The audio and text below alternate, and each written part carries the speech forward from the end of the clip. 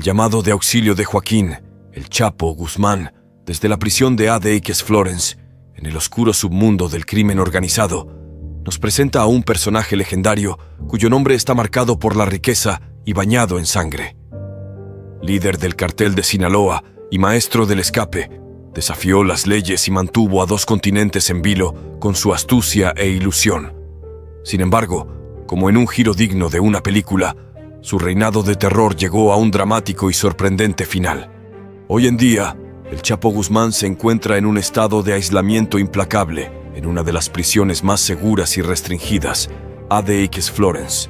¿Te imaginas un cambio tan drástico en la historia de un hombre que solía vivir lejos de la luz del sol y desafiando las reglas? Ahora se encuentra expuesto a la desesperación de la ausencia de interacciones humanas, enclaustrado en este abismo de rigidez. Únete a nosotros en un viaje para descubrir las condiciones que llevaron al narcotraficante más buscado a pedir ayuda y las verdades detrás de este conflictivo escenario, en un viaje al inframundo del crimen y el castigo. En este entorno donde la astucia de los escapistas no tiene cabida y la esperanza de libertad es un sueño distante, es esencial entender la posición del Chapo. Para comprender las condiciones a las que se enfrenta a diario tras las rejas de ADX Florence, es crucial conocer la meticulosa fortaleza en medio de las montañas que patrulla unidades fuertemente armadas. Docenas de torres de vigilancia se alzan sobre los edificios de ladrillo y los muros rematados con alambre de púas bloquean parcialmente la vista de las montañas cubiertas de nieve.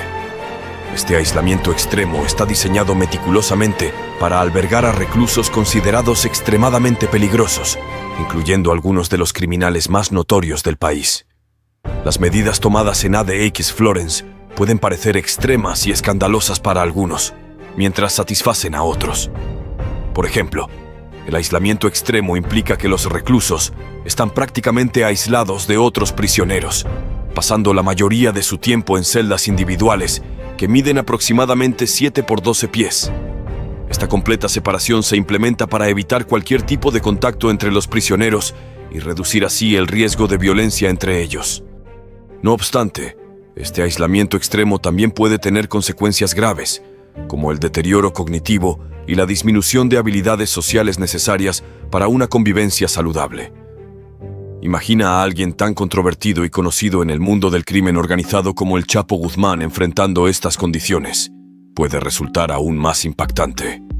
Los reclusos de ADX Florence enfrentan restricciones extremadamente severas en su comunicación con el mundo exterior.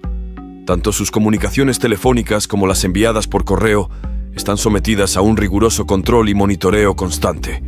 Además, tienen un acceso sumamente limitado a visitantes, y en muchos casos se les permite interactuar solo con un pequeño número de personas previamente aprobadas.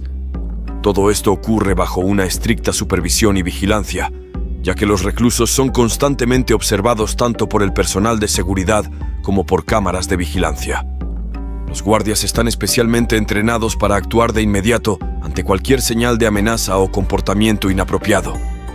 Los movimientos de los reclusos están fuertemente restringidos y la mayoría de sus actividades diarias se realizan dentro de sus propias celdas, obligándolos a enfrentar las paredes que los separan del mundo exterior. El centro penitenciario está altamente equipado con sistemas de control de acceso y medidas de contingencia, diseñados para prevenir posibles intentos de fuga o disturbios. Es crucial tener en cuenta que, durante los primeros 3 años de estancia de un recluso en ADX Florence, se les imponen restricciones extremas en cuanto al contacto humano. Estas restricciones son tan severas que cualquier individuo se vería obligado a cuestionar la comodidad, un concepto prácticamente inexistente en este entorno. Cada celda provee lo esencial, como inodoros, un par de muebles y algunos otros objetos que no representan ningún riesgo, ya que están diseñados teniendo en cuenta la seguridad. La rutina diaria de los reclusos depende de cada individuo, y en el caso de Joaquín el Chapo Guzmán, cuya naturaleza no era precisamente pacífica, sus llamados de atención han sido particularmente notorios, pero al mismo tiempo se ven limitados a los medios de comunicación disponibles. El Chapo alega haber sufrido considerablemente dentro de los muros de ADX Florence, planteando interrogantes significativas en cuanto a la voluntad de los gobiernos y los derechos de las personas encarceladas. Esto evidencia una disputa sobre el trato humano hacia aquellos que han sido marginados en la sociedad debido a sus crímenes. La apertura de este debate sobre las condiciones de El Chapo Guzmán en ADX Florence arroja luz sobre conflictos cruciales relacionados con el tratamiento y los derechos de los reclusos dentro del sistema penal.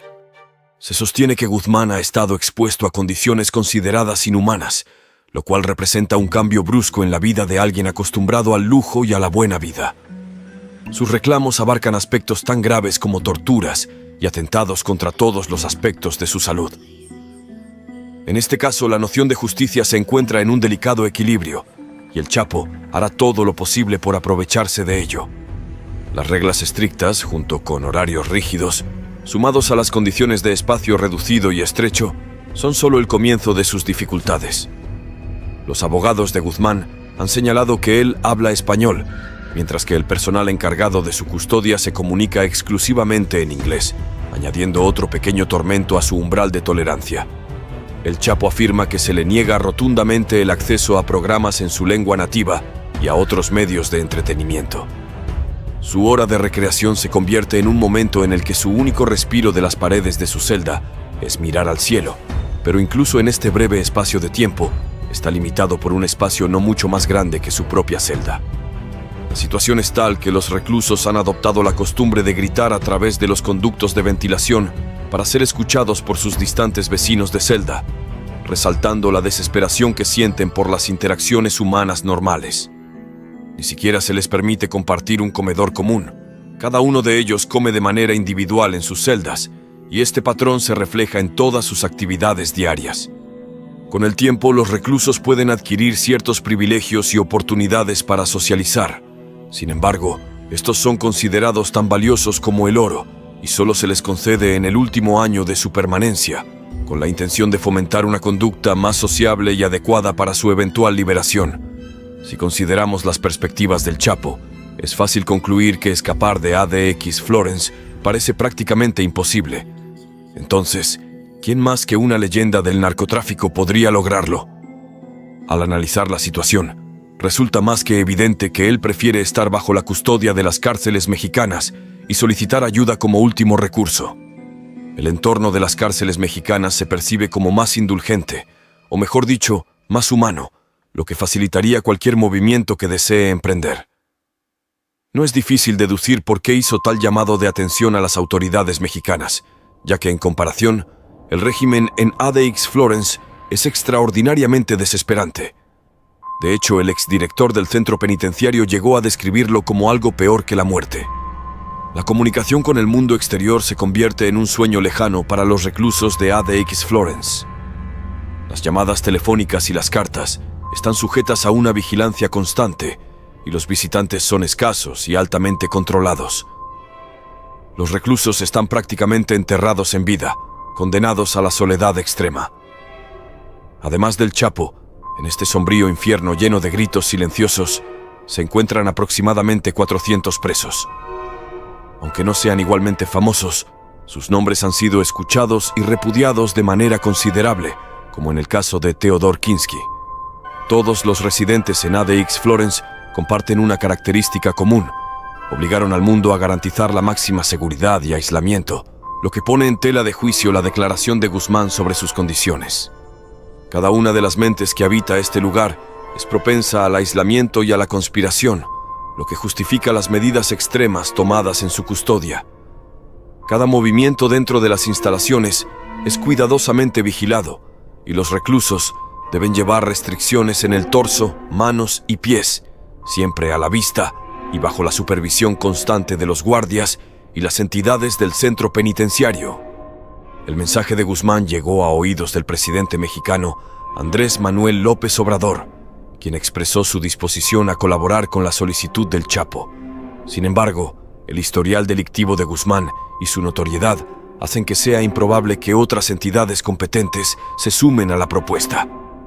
El pasado del Chapo y el peso de sus acciones han sellado virtualmente sus posibilidades de ser escuchado en cuanto a sus quejas, lo que contribuye a la deshumanización y la falta de empatía hacia su caso. En general, su mera presencia en ADX Florence es un recordatorio constante de los crímenes que ha cometido. El Chapo alega que se le niegan peticiones y condiciones básicas, lo que atenta contra sus derechos humanos, destacando un tema que ha permanecido oculto bajo la mesa durante muchos años. Esto manifiesta la complejidad de la cooperación entre países en la detención de reclusos de alto perfil. La situación es un recordatorio constante de que el trato hacia los reclusos debe ser humano y justo, y que los derechos fundamentales siempre deben ser respetados. Abordar y profundizar en temas tan arraigados en situaciones como esta es un paso importante hacia la convivencia y el sentido de comunidad detrás de las rejas. También representa un desafío para las influencias de personajes de renombre en un intento por diferenciar el ser del merecimiento. La transición del conflicto moral hacia el conflicto económico pone de manifiesto la poderosa influencia del poder y la riqueza en nuestras vidas. Cuando las personas de alta posición obtienen poder, a veces sacrifican sus principios morales o ideológicos iniciales en busca de ganancias económicas o influencia política. La ética y la responsabilidad a menudo ceden ante la sed de poder y dinero. Este cambio en el enfoque de un conflicto moral a uno económico es especialmente evidente cuando una persona de alta posición está involucrada. Este proceso sirve como un recordatorio de que la vida está llena de decisiones difíciles y compromisos éticos, desafiando a reflexionar sobre la verdadera naturaleza del poder, la moralidad y la identidad en un mundo en constante evolución. La ética y la responsabilidad son principios válidos cuando no hay una ganancia de por medio. La validación de las altas posiciones y la corrupción representan un obstáculo significativo para alcanzar la verdadera justicia.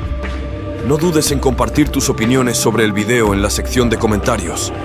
No olvides darle me gusta, suscribirte y activar la campanita para no perderte nuestros próximos videos. Nos vemos en el próximo.